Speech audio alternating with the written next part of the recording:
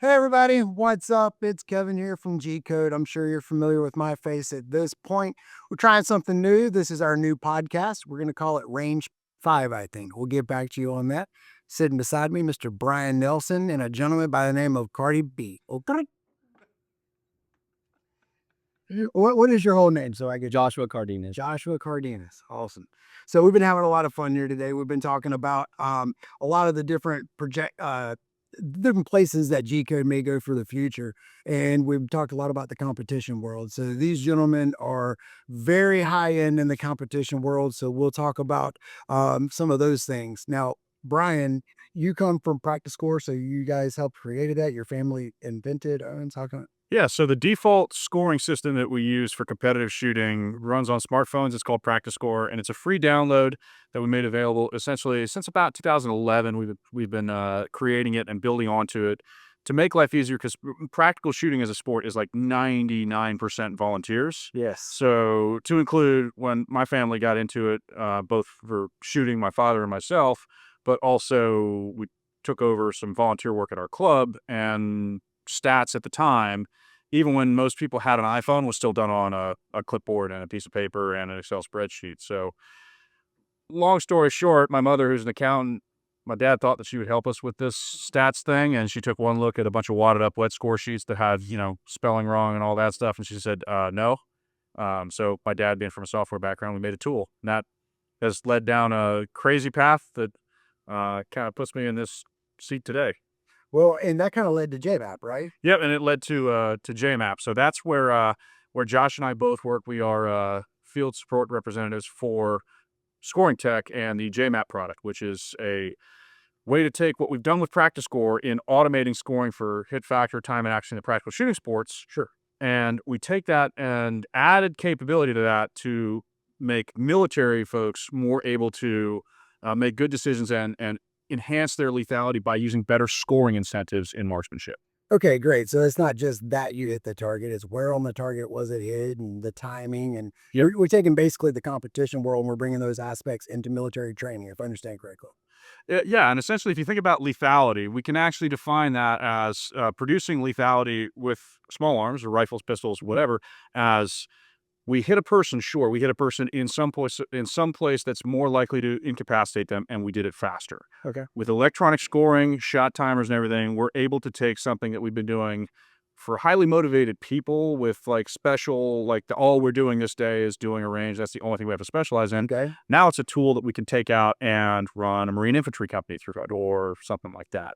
Well, that's, Um, I'm sure you're getting significant results already because I know that when I started just from being somebody who knew how to shoot, going into competition with just IDPA, it was just a complete new world and it changed everything. I mean, I went from probably a 1 to a 6 in the course of like maybe 90 days just from shooting competitions and preparing for competitions. Something about being on that timer that just Absolutely, just the right incentives, right?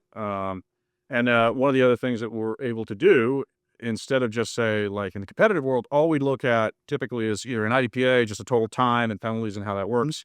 For IPSC, USPSA, we use something called hit factor, okay. where we take target points. So the A zone on a target will be worth 5 points, and the C zone will be worth 3, and a D zone worth 1. There's an accuracy standard that's pretty granular, Sure. but we're able to take we take total points and divide it by total time to give you essentially points per second. Okay. And what we found is that's the best way to balance speed and accuracy together. There's some Sure. course design stuff that goes in there. In the competitive shooting world, all we care about is the top line. Like, Okay. hey, this is a whole stage that was 30, 20, 50 rounds, and you had 200 points, and it took you 30 seconds. Your hit factor is 200 divided by Okay. whatever, right? On the military side, because we're shooting prescribed courses of fire, for the most part, we're also able to pull metrics out of that. So Oh, wow. I can look at and say, oh, for this cohort of Marines, soldiers, airmen, whoever is out shooting, whatever that size is, I don't just know their hit factor. I don't just know their average time or points. I know the average presentation time to go from Oh, okay. standing at low ready with their rifle to snap it up and fire a shot, or their average draw, their average split time or inner shot interval in on multiple shots on the same size target. So we can actually look at that and use it to inform training decisions. Why did we get a better outcome? And feed some other stuff on the back end that I can't necessarily talk about here. Sure. But it makes leaders much more able to make good decisions on what needs to be trained, or to make decisions based on which training program they want to use, what equipment they want to use, things like that. And Well, well, and to me, that means the world to me, because time is the most important factor, right? And I had an old special ops guy that told me, he said, in combat, you have the rest of your life you get from point A to point B, right? Yeah. And when you think about it that way, that makes so much more sense, because, I hate using the word lethality, because it's not like a nice friendly word, but at the end of the day, when our Marines and our military is going into harm's way, that's what's going to ensure them coming home, is to be able to get in, do the job, and be the most efficient, because lethality is just another word for efficiency, being able to make that threat no longer be threatening, and what's the most efficient way to be able to do it. And I think that's just brilliant what you guys are doing. And you're also competing in the civilian competition world, correct? Yep. Right? Very much so. Yeah, we're both. It's if we're not at work, it's what we're doing, or doing something to support that. Well, how's that working out for you? I heard you're doing pretty good on the. Yeah, both of us are. So, we both just shot the 2024 Practical Competition Shooting League National Championships. It's the Okay. first time that sport has had a national championship, and like that probably requires some explaining as to what that sport is. Sure, for those who may not be familiar. Don't mind, we got a second. Yeah. So Practical Competition Shooting League, or PCSL is what we call it. Okay. It is a shooting sports league that is started up 2020, 21, I believe. Good friend of mine, and actually the only national champion pistol caliber carbine shooter that we've had in USPSA, the much older, bigger sport. The only one that we've had is a guy named Max Leograndis, who's also a good friend of mine. Okay.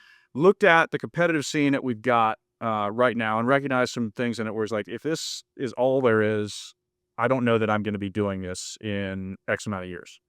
And so he essentially was a highly motivated individual who created the sport that he would want. And he found other people along the way who helped to propel that. I was actually one of those people where I helped initially with getting that sport off of the ground, because we used to work at the same company. We're good friends, and we started at the same range. So with input from a bunch of other people, we've arrived at the sport, and it's coming into its, I believe, 5th or 6th year of existence. Now, what makes it different than current options that are out there in precision shooting sports? So for practical shooting sports, we have USPSA is the big one, and it is primarily handgun. Okay. PCSL does have a handgun sport as well. It's a more modern. We were able to take, and I say we, really Max, was able to take practical shooting and look at it with a set of fresh eyes from what should equipment divisions look like, for one thing, but also what should the culture look like? So what does safety need to look like, for example, right? What does conduct of an event need to look like? If you're going to try to, instead of pull people from the same competitive shooting background and sort of getting psychopaths like Josh and I that would do it no matter what to shoot, like pulling the same people. What if it was kind of designed for the masses and for, a crowd of people that, we're looking at, like, this is what a modern pistol looks like. Whereas, being able to start with fresh eyes, this is what a regular, modern, everyday, general purpose pistol looks like. So it doesn't have to fit in any kind of box, right? Can we incentivize, people to show up and just shoot this without having to make a whole bunch of tweaks to their gear? Same thing with gun belts. So you don't need a $3,500 pistol to start. No, you certainly don't. Now, the bulk of what PCSL is functionally is a two-gun sport. So it is rifle and pistol. And it is a hit factor two-gun sport. So that same mechanism of scoring we talked about earlier, points divided by time, this is the same thing, but involving rifles and pistols. Well, that's a lot more practical. And realistically, the way I've always looked at competition shooting is just making sure that you're staying sharp and using skills that, God forbid you ever had to use them. These are like life-saving skills in the right scenario, right? So I think it's awesome that it's set up to something more practical. Like, for instance, I'm not going to go find a fight with a pistol. Right. That's a defensive weapon. If I'm going out looking for trouble, I'm using a rifle as a primary, right?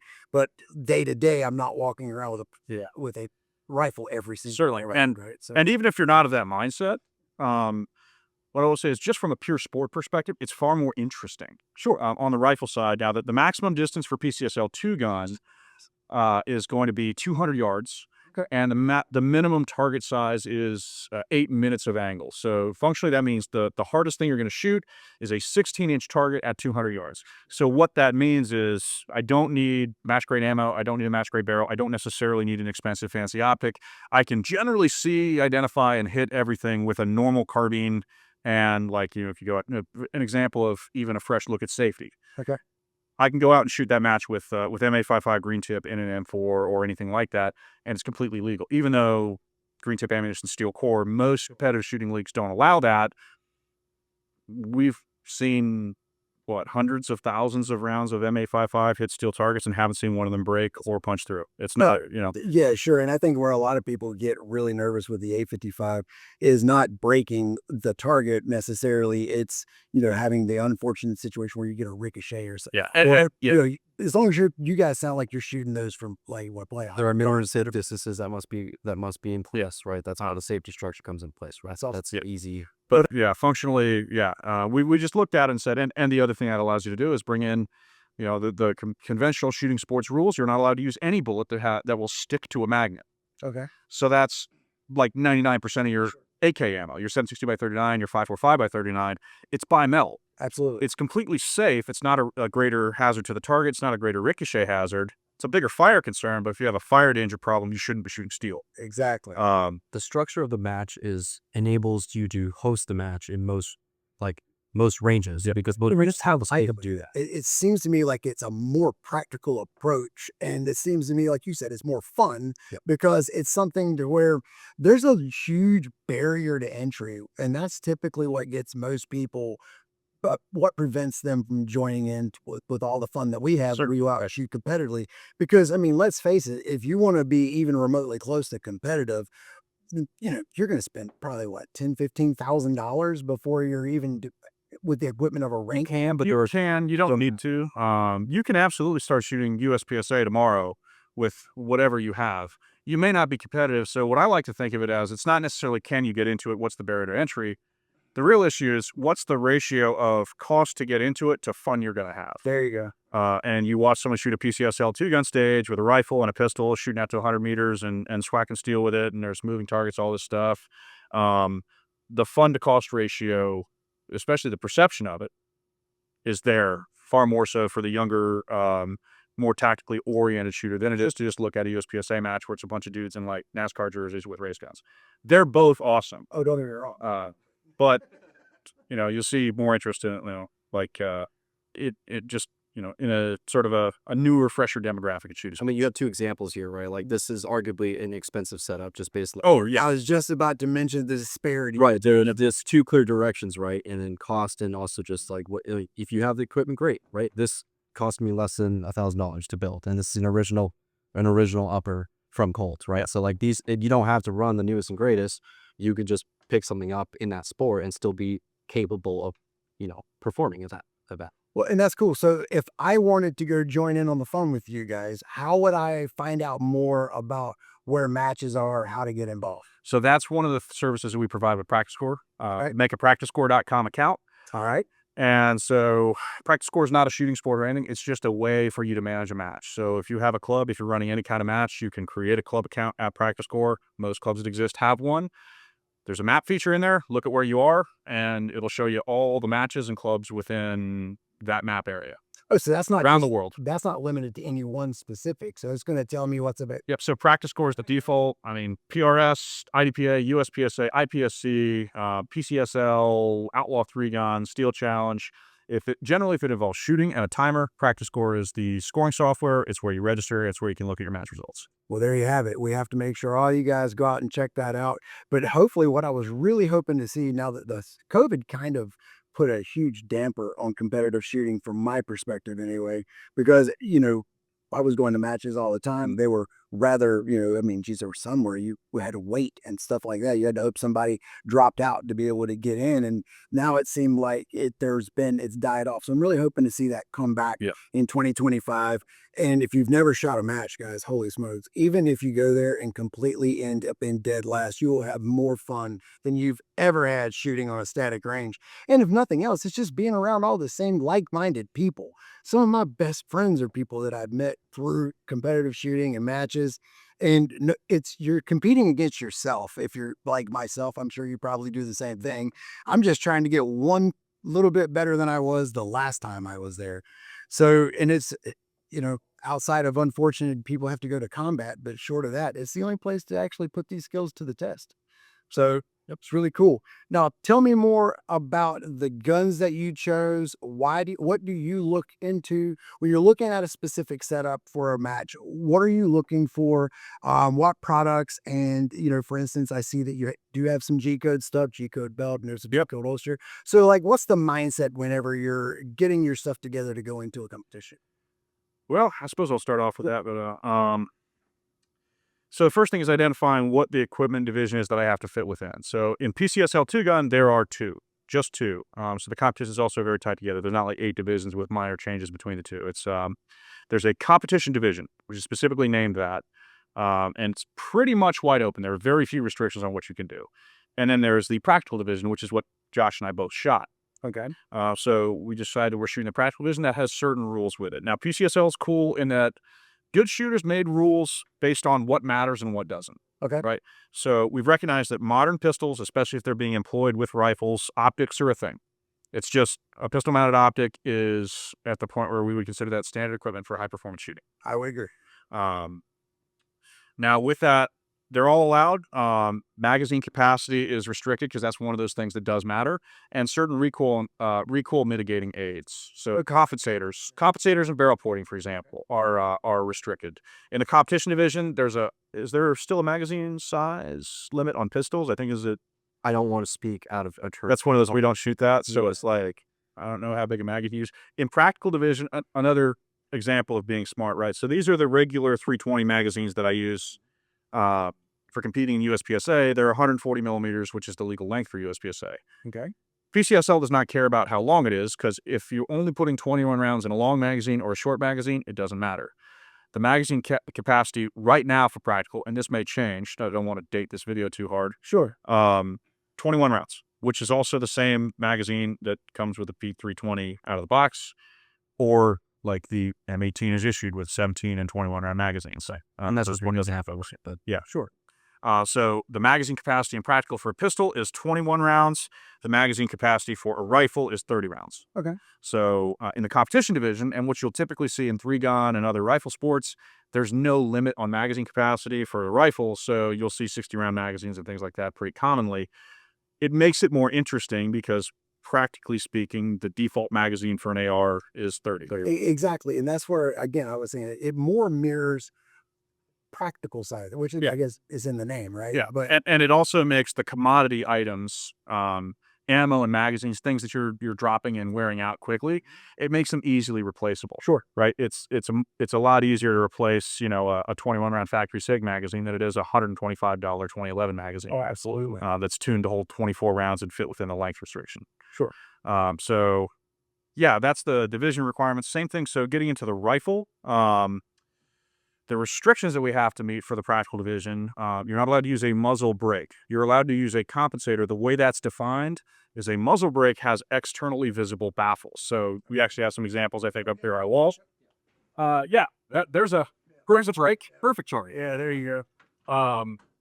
So this thing, there we go. That's a 50 Beowulf. So Yeah. That's probably, I would say that is mandatory equipment for 50 Beowulf. Yeah. Has externally visible baffles, so this would put you in the competition division. Same with that suppressor mount there. Externally visible baffles. Just holes, like you see on this Surefire work cop here, those would be legal for practical. Okay. Reason being, like the rifle that I shot at the IPSC World shoots completely different from this rifle that I use for teaching military and law enforcement. Okay. We'll just go ahead and we can set that to the side there. So those are the equipment restrictions we have to fit within. For rifles on practical division, it is muzzle brake, or no muzzle brake rather, magazine capacity, and then on AR-15 style rifles, the bolt carrier group has to be of the standard weight. Okay. So one of the things we'll do in competition shooting for IPSC, 3-gun, whatever, is reduce this mass, reduce the spring weight, get it to where the bolt carrier weighs as little as possible and just barely touches at the back of the tube, reduces dot movement. And it's fantastic. It's just, we recognized this practical division with rifles was the first time anyone's really tried to recognize the difference between these all these This animals. is your fail point. Um, Right. is that there's as much difference between that rifle and my IPSC competition rifle as there is between this pistol and a USPSA open pistol. Okay. So that's kind of the baseline. Am I missing anything on the? No, as far as requirements, it's just you'll notice a big difference in obviously the platform kind of adjustments, like where he's running an LPVO with a combination of a 35-degree T2, Yep. and I'm just running a single dot, right? So you can see that you don't need to run an LPVO or a magnified optic for the sport. It can help, but you don't need to do that. Well, and again, that's something that I'm sure you guys probably teach. You can't buy experience, you can't buy skill. It's all about repetition and getting better that way. It's they used to say it's the Indian, not the arrow that's important, correct? I think we're allowed to say that still. I think so. But I mean, if I got that wrong, sorry, YouTube. But the point is that I've always told people, and I myself have tried to follow the rule of if you're going to spend money, spend it on training and spend it on ammo and all that. Don't going out and buying $5,000 worth of gear. It probably not going to change your time very much. Yeah. Which if that's why we're spending the money, right? We want a competitive edge, and training is where you're going to get the most bang for your buck. Where you really the philosophy on buying, like, let's just assume that training is a given. We're going to do training. That's something I think where probably good shooters, competitors are different from everyone else. Is we just assume training is a given. So that's why you'll see we're also talking about guns, because training is a given. But when you talk about gear and equipment and everything, and get back to your original question we were sideways from, is what we look for. Yep. I want things that get out of my way. I don't ever want to be worried about whether my equipment's going to work, of course, but also whether it will interfere with me. Okay, That's important. So from a pure performance standpoint, you can look, and Cardi and I both shot practical divisions, and we both have some. Well, this is not the pistol that I shot, unfortunately. I don't have that here with me because it was a loaner from Terran Tactical. It was a Sand Viper Solid. Oh wow. So it is a nice custom fancy toy. I say all this about like shooting this gun, but legal within the division because no ports in the same magazine size. Right.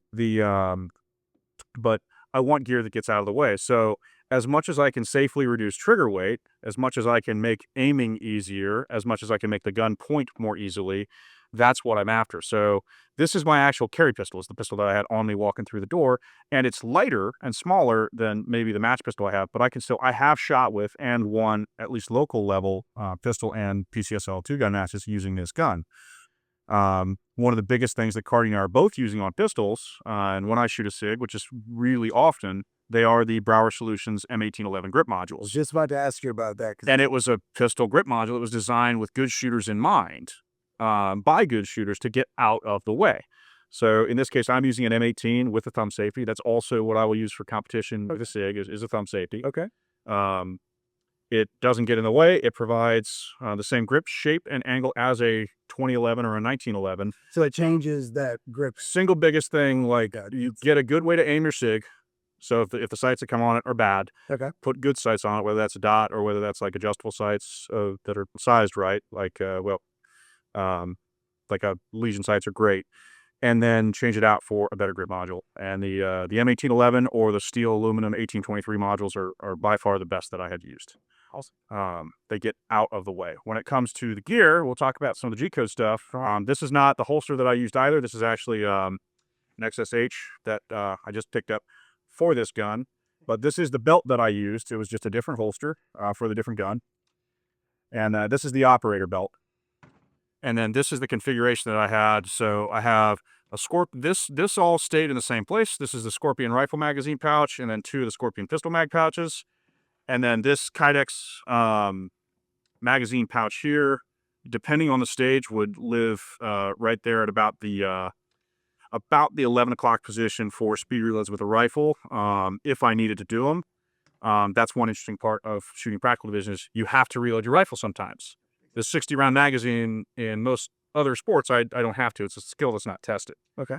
And in competition division in PCSL, it's also, you don't have to do it because you're allowed to use big mags. Sure. Practical, we got that there. But this is fairly minimalist, but you'll see it's still not far off of, or you could even argue it's still completely relevant that this would be the battle belt kit that you wear. Absolutely. Yeah, I mean, it's a similar situation. As a Marine infantryman, this is not far off at all from what you'd have, other than maybe that magazine pouch there, and you'd have more stuff with it that doesn't relate to shooting.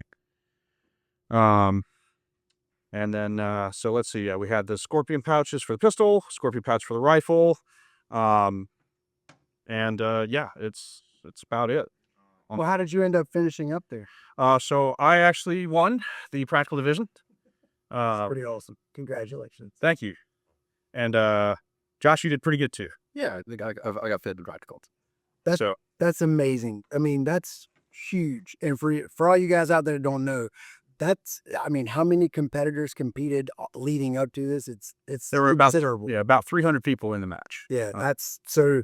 Even fifth is better than I'd ever do. So I mean, these guys are beyond some of the best trainers out there and just some of the best shooters in the world. And we're so grateful to have you guys here come by, look at all this stuff, but just to know that in the real world, this is what you're using. So G-Code, one thing that we do here, we only make quality. That's it. And if it's not of the highest quality, it doesn't make it off the floor. It goes into a trash can somewhere. And it's why guys like this choose these particular products. And another thing too, we make everything so that it will interface with other with other companies' products, because we want you to use what's the very best to you. We'll make sure we offer you an option. So thank you guys very much for coming by. Cardi B, absolutely amazing. And these guys are also on the G-Code Pro staff too. So we'll put their codes up in the comment section so that you can support them by buying the gear you're already going to buy anyway. Make sure you stop by Brower. This will make your 320 not suck. That's the only way to say it. These guys are absolutely amazing. Special operations veteran. He's putting out some of the very best that I've seen. I've not seen anything. Yep, certainly. It's the only reason I can shoot a 320. Yeah, same here. Yeah. I'll spend a little bit of time too bragging on Cardi because he won't do it himself.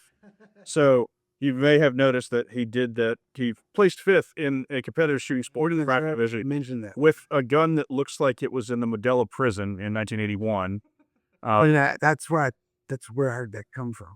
Yeah. That's where you were born too, right? Of course, right? No, it's an original 653 Colt upper, original carrier. It's maybe made in the 80s or 90s, somewhere in that time period, and I just kind of spiced it. I love the movie Black Hawk Down. I love the story behind that story and the operation at the time with like Delta Force and Rangers. So I wanted to build the Gary Gordon carbine at least close to it. This was available. I was like, yeah, I'm gonna go with this route. And I like shooting the rifle. Duct tape and zip tie included with the REI and some bobby pins. I'm telling you right now, guys, this right here is modern art. So you'll probably see it in some photos coming up. That is genuine, but it also goes to prove a very big point that don't let buy a bunch of equipment stop you from getting into the competition scene. If this man's obviously an extremely accomplished shooter, but the equipment is second to the person running it. So just keep training, stay safe. And guys, thank you again from all of us. Thank you for coming out and joining us today. And see, episode 1 of Range 5 is now down and in the books, guys. So I couldn't have picked 2 people to start this whole journey off with that are any better than you guys. So thank you so much. It's only downhill from here. So Rabbit, come back and do another one. We're really soon, guys. Thank you. Hey, we'll be with you soon. Look for us soon. All right, guys. Have a good one.